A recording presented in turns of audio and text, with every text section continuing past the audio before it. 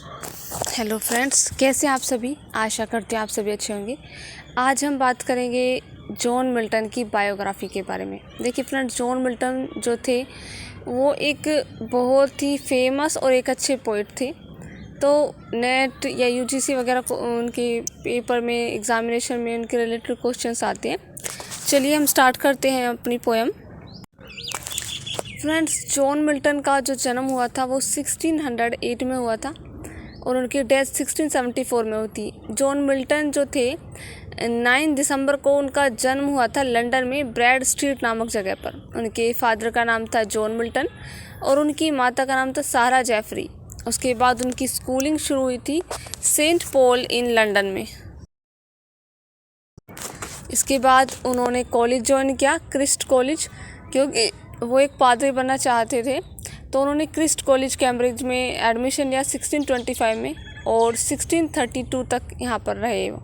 1629 में उन्होंने बीए की डिग्री हासिल की। Great poet of Elizabethan and Puritan age, वो पुरिटन एज और एलिजाबेथन एज के सबसे अच्छे पोइट माने जाते हैं। कैम्ब्रिज में उन्होंने बहुत सारे पोएम्स लिखी, जिनमें सबसे फेमस पोएम है on the morning of Christ nativity, जो कि एक रिलीजियस वर्क है, 1629 में से लिखा था। इसके बाद 1632 से 1638 में वो हॉटन में रहे और यहाँ पर उन्होंने कई तरह की पोएम को बुना या फिर लिखा।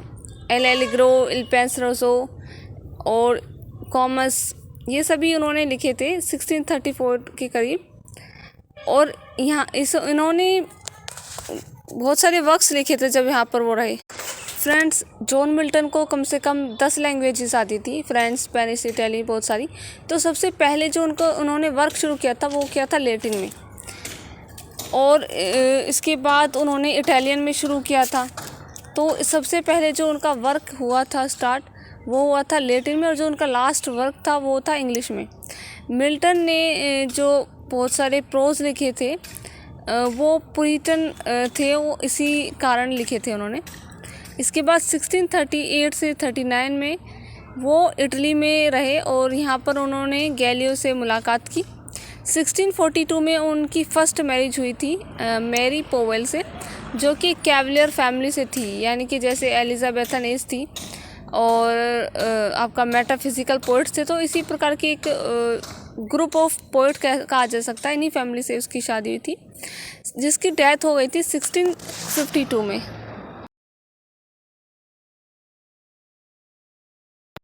उसके बाद जो जॉन मिल्टन है, जॉन मिल्टन की सेकंड जो मैरिज हुई थी वो कैथरीन वुड से हुई, और कैथरीन वुड की भी डेथ 2 साल बाद हो गई थी 1658 में।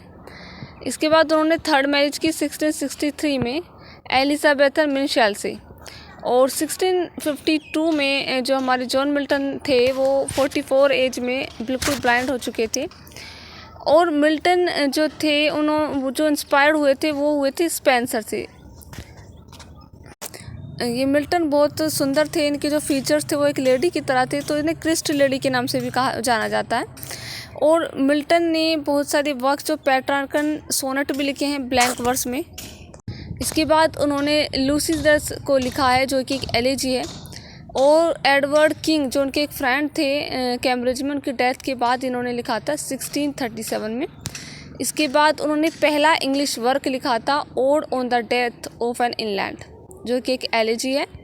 इसके बाद मिल्टन ने जो बहुत सारे प्रोज थे वो पुरिटन के कारण, क्योंकि वो पुरिटन थे तो इसी कारण उन्होंने बहुत सारे प्रोज भी लिखे थे। इसके बाद जो विलियम हेले थे वो एक बायोग्राफर थे, उन्होंने 1796 में एक बायोग्राफी लिखी थी, तो उसमें उन्होंने मिल्टन को ग्रेटेस्ट इंग्लिश ऑथर का नाम दिया था।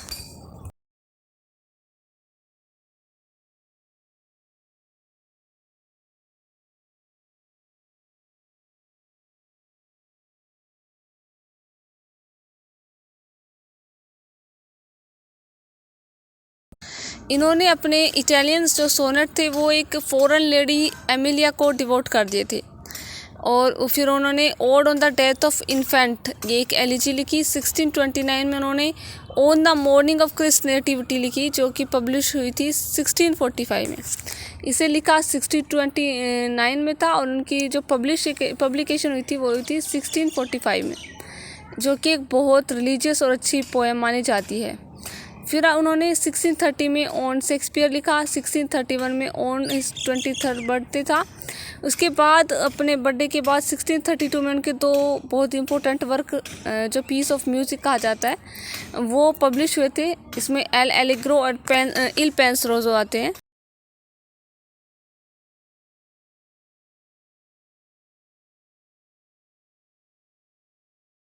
1651 में उन्होंने पॉपुलर एंजेलिकोना डिफेंसो लिखी।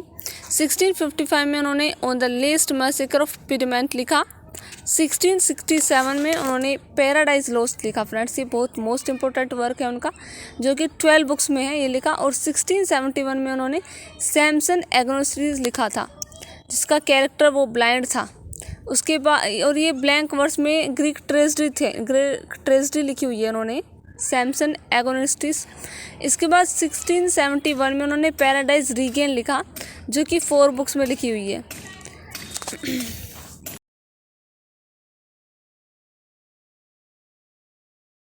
उन्होंने the tenure of Kings and magistrate नाम का प्रोज वर्क भी लिखा हुआ है।